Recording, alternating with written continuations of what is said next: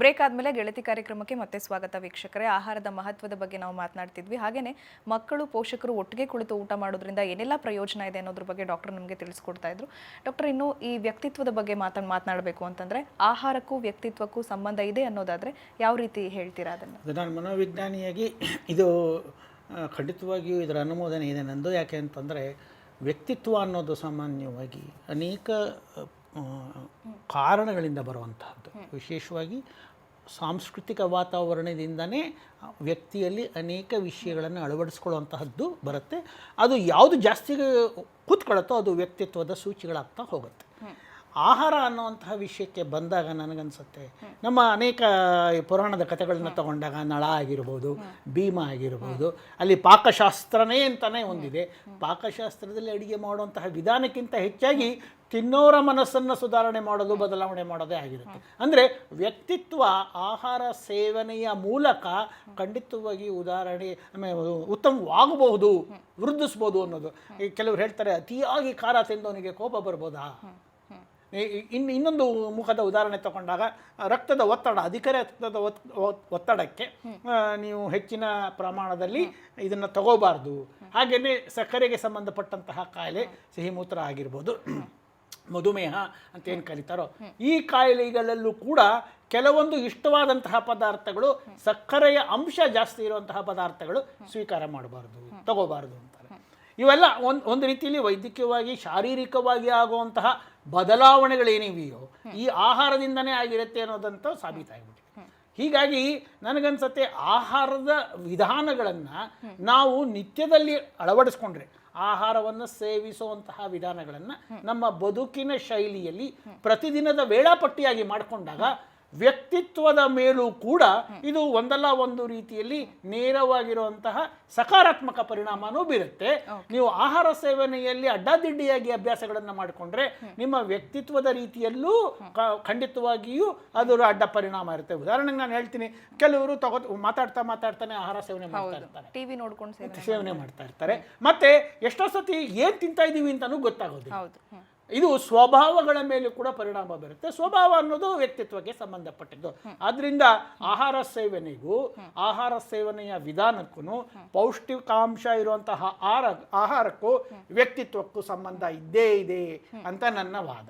Okay doctor, ಇನ್ನು ನಾವು ಆಗಲೇ ಬ್ಯುಸಿ ಲೈಫ್ ಬಗ್ಗೆ ಮಾತನಾಡ್ತಾ ಇದ್ವಿ. ಈಗ ತಂದೆ ತಾಯಿ ಇಬ್ಬರು ಕೂಡ ಕೆಲಸಕ್ಕೆ ಹೋಗುವಂಥದ್ದು, ಎಲ್ಲರೂ ಕೂಡ ಉದ್ಯೋಗಸ್ಥರಾಗಿರ್ತಾರೆ, ಮಕ್ಕಳು ಕೂಡ ಉದ್ಯೋಗದಲ್ಲಿರ್ತಾರೆ. ಸೊ ಒಟ್ಟಿಗೆ ಕುಳಿತು ಊಟ ಮಾಡುವಂತಹ ಪರಿಸ್ಥಿತಿ ನಿರ್ಮಾಣ ಆಗೋದು ಬಹಳ ಕಷ್ಟ.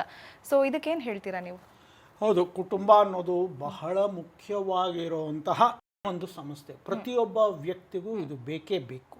ಸಾಮಾಜೀಕರಣ ಅನ್ನೋದು ಪ್ರಾರಂಭದಲ್ಲಿ ಆದರೂ ಕೂಡ ನಂತರದಲ್ಲಿ ನಮ್ಮ ಒಳಮನಸ್ಸನ್ನು ಹಂಚ್ಕೊಳ್ಳೋದಕ್ಕೆ ನೇರವಾಗಿ ಅಲ್ದಿದ್ರು ಅವನ ಮಕ ನೋಡ್ತಾ ಇದ್ದಂಗೆ, ಯಾಕಪ್ಪ ಮಗು ಇವತ್ತು ಯಾಕೋ ನೀನು ಹುಷಾರಾಗಿಲ್ವ, ಏನಾಗಿದೆ ಅನ್ನೋವಂತಹ ಮಾತನ್ನು ಹೇಳಿದಾಗ ಯಾರು ಬೇಕಾದರೂ ಹೇಳ್ಬೋದು.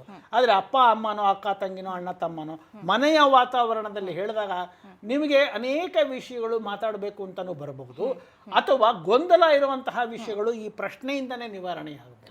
ಹೀಗಾಗಿ ಒಟ್ಟಾರೆ ಕೂತು ದಿನದ ಯಾವುದೋ ಒಂದು ಸಮಯದಲ್ಲಿ ಅವಕಾಶ ಸಿಕ್ಕಿದಾಗ ಮಾಡೋದು ಒಳ್ಳೆಯದು. ಇತ್ತೀಚಿನ ದಿನಗಳಲ್ಲಿ ಒತ್ತಡದ ಬದುಕಾಗಿದೆ, ಜೀವನ ಶೈಲಿಯಲ್ಲಿ ಬದಲಾವಣೆ ಆಗಿದೆ.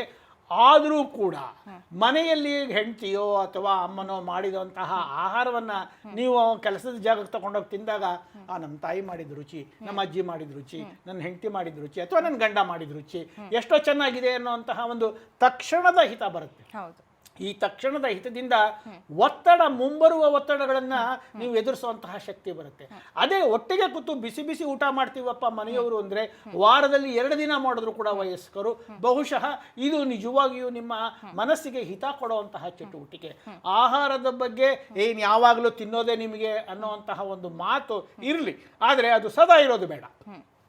ಒಟ್ಟಾರೆ ಕೂತು ಎಲ್ಲರೆದುರಿಗೆ ಮಾತಾಡ್ತಾ ಯಾವುದೋ ಒಂದು ಸಿನಿಮಾ ಬಗ್ಗೆ ಮಾತಾಡ್ಬೋದು, ಇಲ್ಲ IPL ಬಗ್ಗೆ ಮಾತಾಡ್ಬೋದು, ಇಲ್ಲ ಇನ್ಯಾವುದೋ ಒಂದು ರಾಜಕಾರಣದ ಬಗ್ಗೆ ಮಾತಾಡ್ಬೋದು. ನಿಮ್ಮ ಮನಸ್ಸಿಗೆ ತಕ್ಷಣದಲ್ಲಿ ಏನೋ ಅನ್ಬೇಕು, ಅದೇನು ಬಹಳ ಮಹತ್ತರವಾದಂತಹ ಪ್ರಶ್ನೆ ಅಲ್ಲ, ಚರ್ಚೆಗೆ ಬೇಕಾದ್ದಲ್ಲ. ಆದರೆ ಊಟದ ಸಮಯದಲ್ಲಿ ಒಂದು ರೀತಿಯ ಆನಂದ ಪಡುವಂತಹದ್ದು. ಯಾಕಂದ್ರೆ ಮೌನವಾಗಿ ಊಟ ಮಾಡೋದಿದೆಯಲ್ಲ, ಅದು ಎಷ್ಟೋ ಸತಿ ಅಹಿತವಾಗಿರ್ತದೆ. ಜೊತೆಗೆ ಕೂತು ಊಟ ಮಾಡಿದಾಗ ಅನೇಕ ವಿಷಯಗಳನ್ನ ತನ್ನಷ್ಟಕ್ಕೆ ಸರಾಗವಾಗಿ ಹಂಚಿಕೊಳ್ಳೋದಕ್ಕೆ ಅವಕಾಶ ಇರುತ್ತೆ. ಹೀಗಾಗಿ ಮನಸ್ಸಿಗೆ ಹಿತ ಕೊಡುವಂತಹ ಬಹುಮುಖ್ಯ ಚಟುವಟಿಕೆಗಳಲ್ಲಿ ಕುಟುಂಬದೊಡನೆ ಕೂತು ಊಟ ಮಾಡೋದಿದೆಯಲ್ಲ, ನನಗನ್ಸುತ್ತೆ ಅದು ಬಹಳ ಮುಖ್ಯವಾದದ್ದು ಅಂತ. ಓಕೆ ಡಾಕ್ಟರ್, ಕೊನೆಯದಾಗಿ ನಮ್ಮ ಕಾರ್ಯಕ್ರಮದಲ್ಲಿ ಈ ಪೋಷಕರಿಗೆ ಹಾಗೂ ಮಕ್ಕಳಿಗೆ ಒಟ್ಟಿಗೆ ಕುಳಿತು ಊಟ ಮಾಡೋದು ಯಾಕೆ ಮಹತ್ವ ಅಂತ ಹೇಳ್ತೀರಾ? ಏನು ಟಿಪ್ಸ್ ಕೊಡೋಕ್ಕೆ ಇಷ್ಟಪಡ್ತೀರಾ?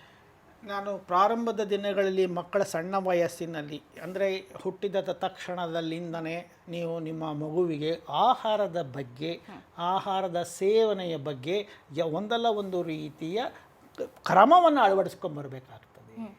ನನಗೆ ಗೊತ್ತಿರೋಂಗೆ ಎಷ್ಟೋ ಸತಿ ಎದೆ ಹಾಲು ಕುಡಿಸುವಂತಹ ಮಕ್ಕಳಿಗೂ ಕೂಡ ತಾಯಿಯ ಸ್ವಭಾವನೋ ಅಥವಾ ಬೇರೆಯವರ ಸ್ವಭಾವನೋ ಆ ಮಗುವಿಗೆ ಆ ಒತ್ತಡಗಳೇನು ಅನ್ನೋದು ಗೊತ್ತಾಗದಿದ್ದರೂ ಕೂಡ ಅವಸರದಲ್ಲಿ ಹಾಲುಣಿಕೆ ಅಥವಾ ಹಾಲುಣಿಕೆಯ ಸಮಯದಲ್ಲಿ ಇಲ್ಲಸಲ್ಲದ ಮಾತುಗಳು ಅಥವಾ ಕೋಪ, ಸಿಟ್ಟು ಇತ್ಯಾದಿಗಳು, ಅಥವಾ ಆ ಮಗುವಿಗೆ ಒಸಡು ಬೆಳೆಯೋ ಸಮಯದಲ್ಲಿ ಒತ್ತಡಗಳು ಜಾಸ್ತಿ ಆದಾಗ ಆ ಮಗುವನ್ನು ದೂಡೋದು, ಇವುಗಳು ಕೂಡ ಮಕ್ಕಳ ಆಹಾರದ ಸ್ವಭಾವದ ಮೇಲೆ ಪರಿಣಾಮ ಬೀಳುತ್ತೆ.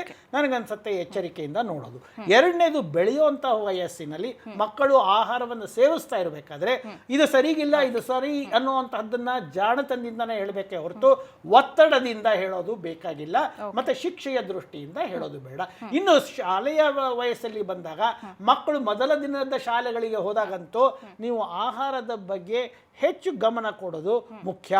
ಊಟ ಮಾಡಿದೆ ಅಂತ ಕೇಳೋದಕ್ಕಿಂತ ಹೆಚ್ಚು ರುಚಿ ಇತ್ತ ಅಂತ ಕೇಳೋದು ಬಹಳ ಮುಖ್ಯ. ಟಿಫಿನ್ ಕ್ಯಾರಿಯರ್ ತೆಗೆದ ಸರಿಯಾಗಿ ಅಂತ ಕೇಳೋದು ಮುಖ್ಯ. ಮತ್ತು ಹೊಟ್ಟೆ ಕಿಚ್ಚು ಬರೆದಿರೋ ರೀತಿಯಲ್ಲಿ ಮಕ್ಕಳೆದುರಿಗೆ ಮಾತಾಡಬೇಕು, ಹಂಚಿಕೊಳ್ಳೋ ತಿನ್ನೋದನ್ನು ಅಭ್ಯಾಸ ಮಾಡಿಕೊಡ್ಬೇಕು. ಓಕೆ ಡಾಕ್ಟರ್, ಸಾಕಷ್ಟು ಉಪಯುಕ್ತ ಮಾಹಿತಿಗಳನ್ನು ನಮ್ಮ ವೀಕ್ಷಕರಿಗೆ ಈ ಕಾರ್ಯಕ್ರಮದ ಮೂಲಕ ನೀಡಿದ್ರ. ಊಟದ ಮಹತ್ವ ಏನು, ಒಟ್ಟಿಗೆ ಕುಳಿತು ಊಟ ಮಾಡೋದ್ರಿಂದ ಮಕ್ಕಳಿಗೆ ಜೊತೆಗೆ ಪೋಷಕರಿಗೂ ಕೂಡ ಯಾವ ರೀತಿ ಪ್ರಯೋಜನ ಆಗುತ್ತೆ ಅನ್ನೋದನ್ನು ತಿಳಿಸ್ಕೊಟ್ಟಿದ್ದೀರಾ. ಧನ್ಯವಾದ ನಿಮಗೆ. ಓಕೆ ವೀಕ್ಷಕರೇ, ಇದು ಇವತ್ತಿನ ಗೆಳತಿ ವಿಶೇಷ. ಮುಂದಿನ ಸಂಚಿಕೆಯಲ್ಲಿ ಮತ್ತೊಂದು ವಿಶೇಷತೆಯೊಂದಿಗೆ ನಿಮ್ಮನ್ನು ಭೇಟಿ ಮಾಡ್ತೀನಿ. ಈಗ ಮನೆ ಮದ್ದು ಕಾರ್ಯಕ್ರಮ ಪ್ರಸಾರ ಆಗುತ್ತೆ. ನೋಡ್ತಾ ಇರಿ ಸರಳ ಜೀವನ, ಇದು ಮನುಕುಲದ ಒಳಿತಿಗಾಗಿ.